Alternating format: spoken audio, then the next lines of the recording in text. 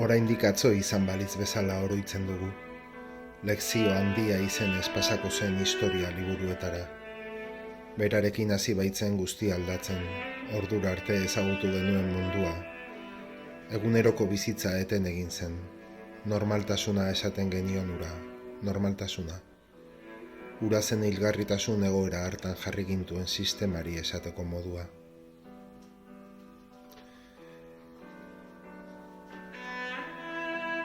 Egun gutxitan milaka eta milaka pertsona hasi ziren hiltzen mundu osoan. Nola herrialderik aberatsenetan zein pobreenetan. Asko eta asko oraindik biziri behar luken jendea, prestatuak egon bagina.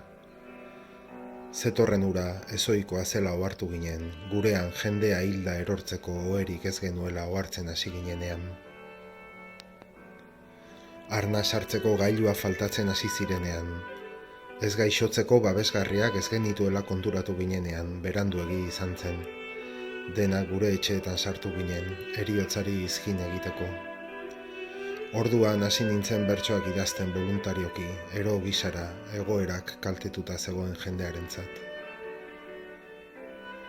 Eta bitartean heriotza mundu osoan zehar zabaldu zen.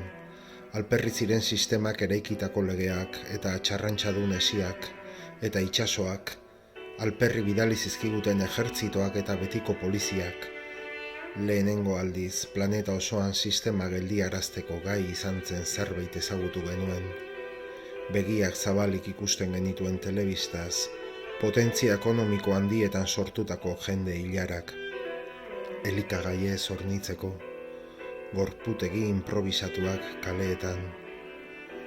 Sistema etzegoen gu salbatzeko diseinatua, ez gintuen denbora zoartarazi ere egin, besterik gabe, noiz iritsiko zai geratu zen arro eta handi ustez.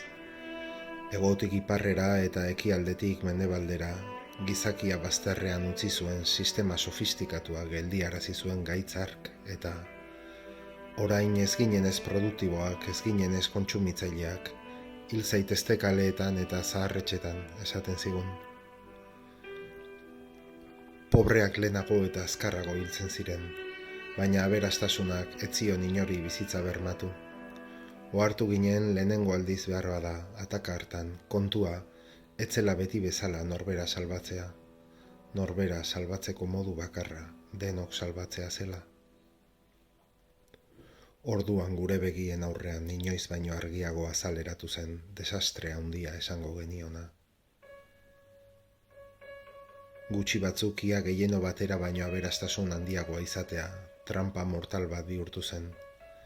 Munduaren gehiengoa baliabiderik gabe zegoen sistema barrutik jaten ari zen birusari aurre egiteko. Eta horrek, guk sortutako desoreka horrek guztiak kondenatzen gintuen. Ezin genuen geratu. Guk mendebaldeko gizon txuriok eraikitako munduan ere ez genuen baliabiderik. Nola onartu genuen hainbeste urtetan bizitzaren eta pertsonaren gutxiespen mugagabe hura. Nola eraiki genuen lege ohituraz eta estrukturaz, sistema emakumearen esplotazioaren eta bortxaren zimenduen gainean. Eta are okerragoa zena, nola bizi izan ginen hainbeste denboran hori onartuta. Nola utzi genuen hobesten guztio joan ahal izatea baino, gutxi batzuk azkarrago joan nahi izatea.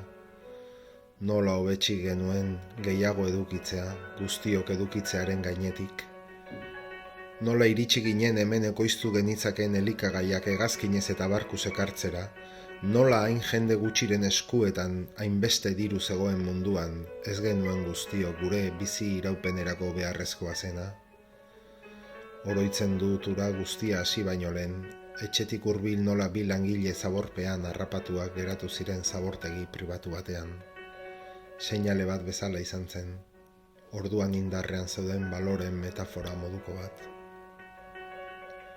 Hori guztia, gure bizitzeko eran hain onartua eta normaldua, gure aurka etorri zen pandemia hartan.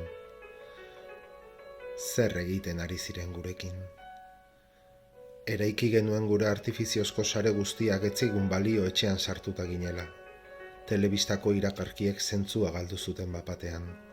Aste horietan gure kontsumo subjektu izaera aldatu egin zen. gure zoriontasunaren eta indartsua izatearen kanonak eta paradigma guztiak kolokan zeuden. Funtseskoa ez zen beti saldu izan zigutena, horrek guztiak ez zuen balio bizitzak salbatzeko. Gure onena eta txarrena ateratzen hasi zen gabeziak, eskutuko abildadeak, ametsak eta mamuak. Liburuei, kantuei, pelikulei heltzen genien ez erortzeko. Jende askok bere mugak ezagutu zituen, beste batzuk lehertu egin zituzten. Zientzia fikziozko film bat zirudien, baina fikziorik gabe. Jendeak bertsoak eskatzen jarraitzen zuen, haurdunentzat, ospitaletan ingresatua zeudenentzat, isolatuentzat, haur tristeentzat, bakardadean zeuden ama edo aitonentzat, osasungintzako langileentzat, jaio berrientzat. Telebistak ez zuela dramaaren dimentsioa islatzen ohartu nintzen. Batzutan negar egiten nuen bertsoak idaztean.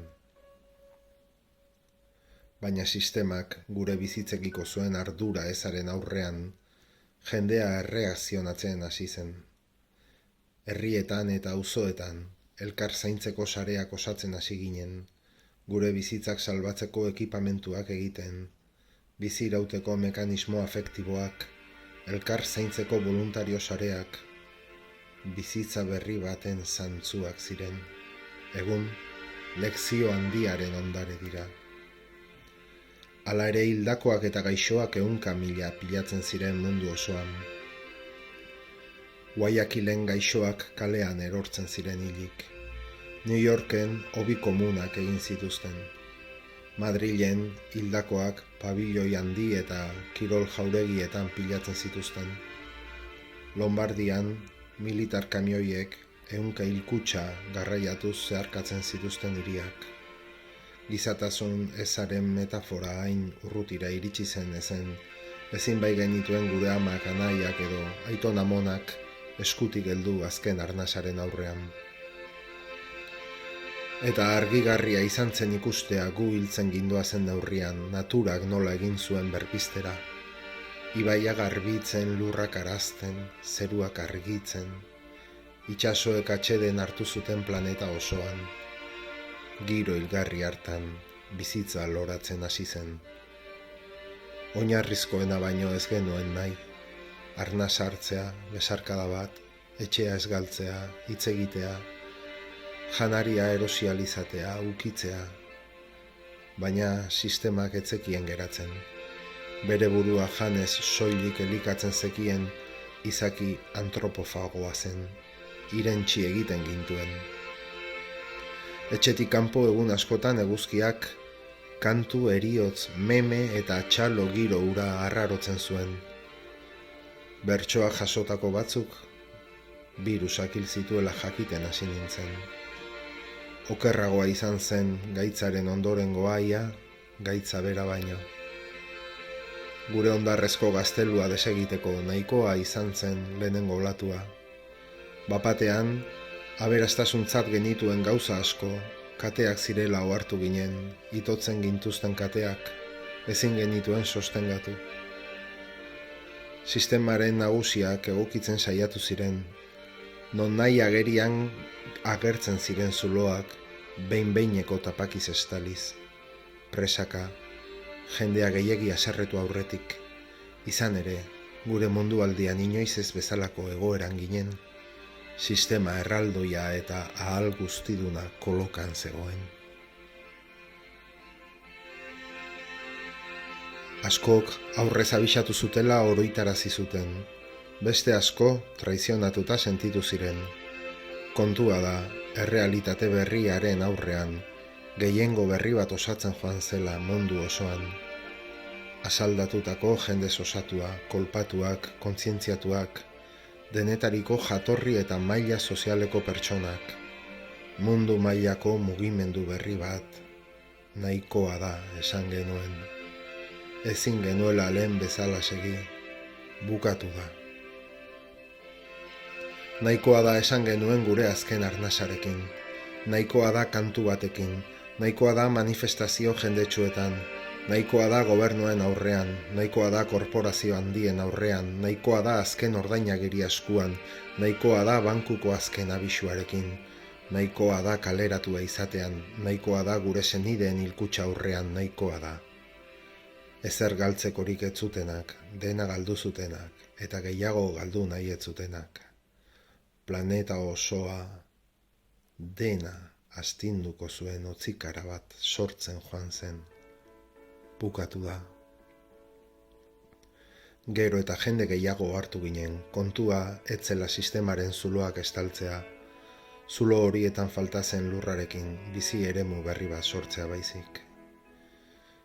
Lurrak geratzeko esan zigun guztioi eta ulertzen hasi ginen, gure ordura arteko jarduerak lurra hiltzen zuela eta gu berarekin. Dena bat dela, eta gutariko bakoitza dena garela. Mugari gabeko desarroismo eta kontsumo hura etzela jasangarria. Ulertzen hasi ginen, munduan bizi garen guztion bizitzak berdin balio duela eta hori onartuta bizi behar genuela. Zoriontasun, gizarte justizia eta ongizate kanon berriak behar genituela. Aurre seinale bat bezala izan zen. Udaberriaren lehen egunean elurra egin zuen. Hunkigarria izan zen ikustea nola pixkana osatuz joan zen gehiengo berria esaten zaiona. Bizitza berriaren aldeko mugimendua. Betikoan jarraitu nahi zutenen aurrean, segurtasunaren izenean jendarte are eta itogarriagoa eta kontserbadoreagoa nahi zutenen aurrean. Borroka beti erekoa inoiz amaitzen eta amaituko ez dena. Munduak ez zuen B planik eta guk ez ditugu bi bizitza. Gero eta jende gehiagok nahikoa da esan genuen eta bizitzaren aldeko iraultza hasi zen. Sistema zaharrarenak egin zuen. Gure bizitzak aldatzen hasi ginen, ardurak eskatzen. Pixkana gobernuak erortzen hasi ziren. Gure bizimoduak aldatzen hasi ginen. Etzen erreza izan, baina bildurrak, ametsek, haserreak, bizitakoak, galerak, maitasunak, beharrak eta kontzientziak batera indar handia dute. Jendea elkartu eta mundua mugi dezakete. Orain, dena da desberdin, ez gara perfektuak, bizitzarena amaitzen ez den ofizioa da, eta urte batzuk igaro diren arren, ez dugu ahaztua lekzio handia. Orain, urtea dira gure alabak bizitzak erdigunean jarri zituen, lur ere mutxiki ontara jaiotzen direla. Orain beraiek dira erdigune. Txertoa iritsi zen, baina zorionez jatorriari heltzea erabaki genuen. Orain, irakasgai handia eskoletan ikasten dute, historia errepika ez dadin. Urte batzu pasa dira dagoeneko. Ezinezkoa zirudien, baina aukera ikusi genuen, sinistu egin genuen, borrokatu egin genuen eta orain gure egia da. Gaur, udaberriko lehen egunean, ura guztiaz gogoratu naiz eta idaztera jarri naiz. Egun polit bat datorrela ematen du, umeak entzuten ditut kalean jolasten. Mundu aldatzen ari gara, amets bat dirudi, baina ez da. Gaur ere ibaia garbi jaisten da, eta egun haietan idatzi nituen bertso guztiak gordeak ditut oraindik, hemen bihotzean.